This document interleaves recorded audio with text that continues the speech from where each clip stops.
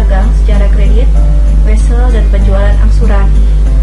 Sedangkan untuk KD keterampilannya, kita akan melakukan pencatatan transaksi penjualan barang dagang secara kredit, wesel, dan penjualan angsuran. Pada pertemuan kita kali ini, kita akan mengambil salah satu materi dari KD yang ada, yaitu menganalisis transaksi penjualan barang dagang secara kredit.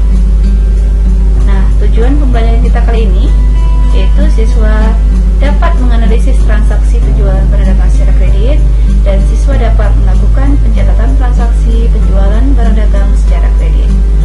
Kita mulai pembelajarannya ya. Nah, kita mulai dari hakikat penjualan barang dagang secara kredit. Apa itu penjualan kredit? Penjualan kredit adalah penjualan yang pembayarannya akan diterima dalam jangka waktu tertentu setelah penjualan dilakukan, sesuai dengan kesepakatan antara penjual dan pembeli.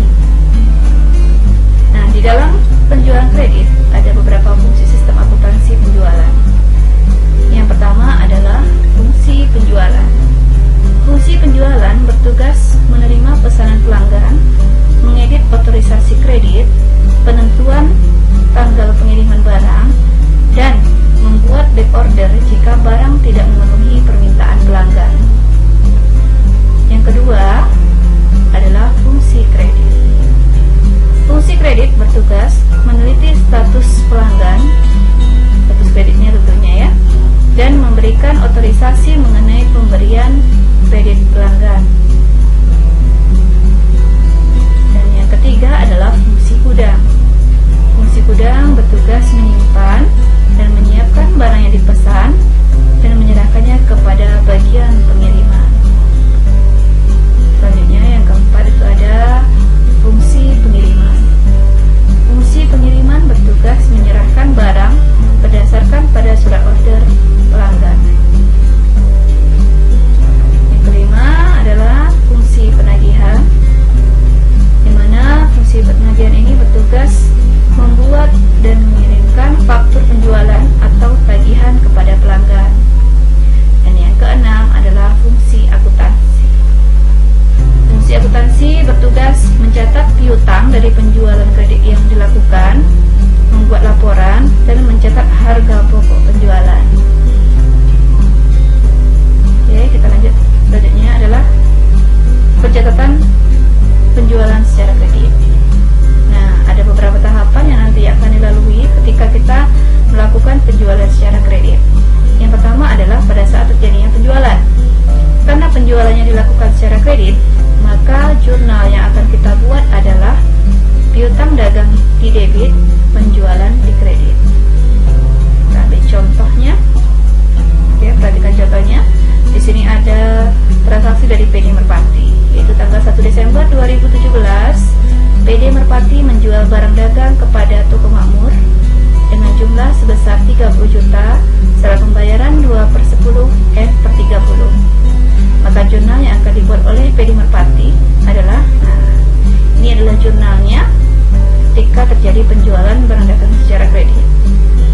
Oke, untuk tanggal ini berasal dari tanggal 1 Desember, tanggal terjadinya transaksi. Kita masukkan dalam kolom tanggal. Selanjutnya, karena transaksinya adalah menjual barang secara kredit, maka akan timbullah akun piutang, yaitu senilai 30 juta. Nah, 30 juta ini adalah berasal dari jumlah barang yang dijual. Selanjutnya yang untuk posisi kredit, karena kegiatannya adalah menjual barang, maka ada akun penjualan di sana dengan nilai adalah 30 juta. Nah, ini adalah jurnal pada saat terjadinya penjualan secara kredit. Selanjutnya adalah ketika terjadi retur. Retur ini adalah penerimaan kembali barang yang dijual karena barang itu tidak sesuai atau karena barang itu rusak.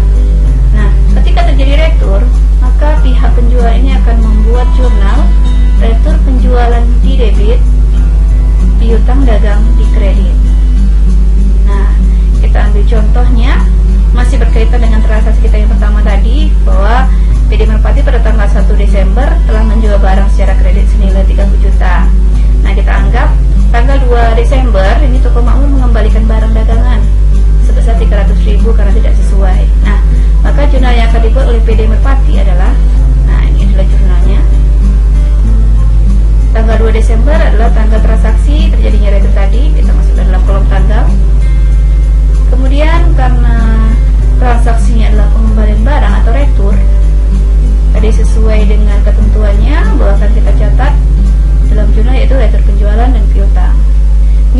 digunakan adalah nilai dari jumlah barang yang dikembalikan, yaitu sebesar 300.000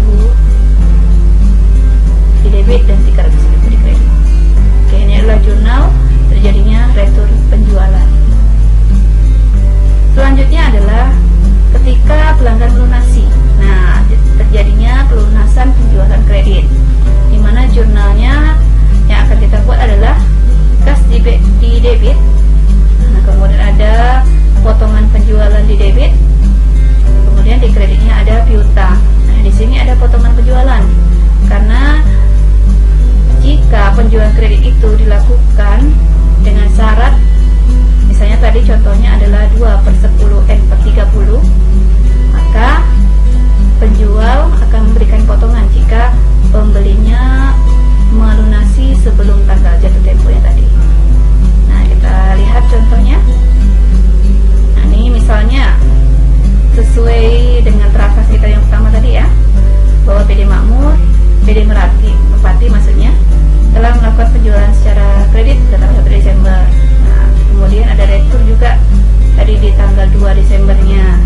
Nah, ketika pelunasan, maka PD Merpati itu akan mencatatnya sebagai berikut. Nah, ini adalah langkah-langkah penyelesaiannya jika penjualan kredit itu dilakukan dengan syarat 2/10 N/30.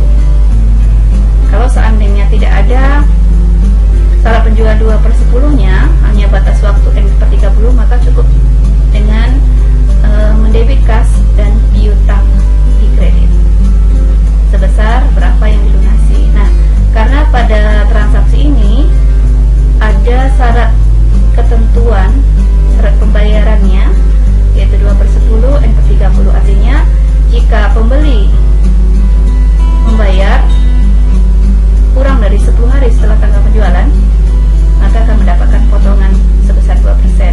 Batas pembayarannya adalah 30 hari. Nah, kita anggap di sini toko makmur itu membayar pada tanggal 8. Jadi kalau kita hitung dari 1 Desember sampai dengan 10 Desember, tanggal 8 ini masih dalam masa potongan. Maka di sini kita harus mengurangi dari jumlah yang dibayar dengan potongan penjualan. Nah, kita lihat tadi penjualannya adalah sebesar 30 juta.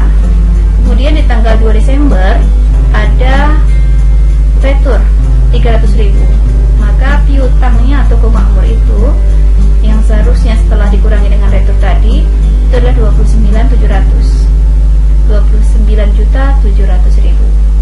Nah, karena toko makmur ya, maksudnya toko makmur melunasi pada tanggal 8 Desember, maka dia mendapatkan potongan 2%. Nah, itulah caranya sehingga kas yang diterima adalah 29.106.000.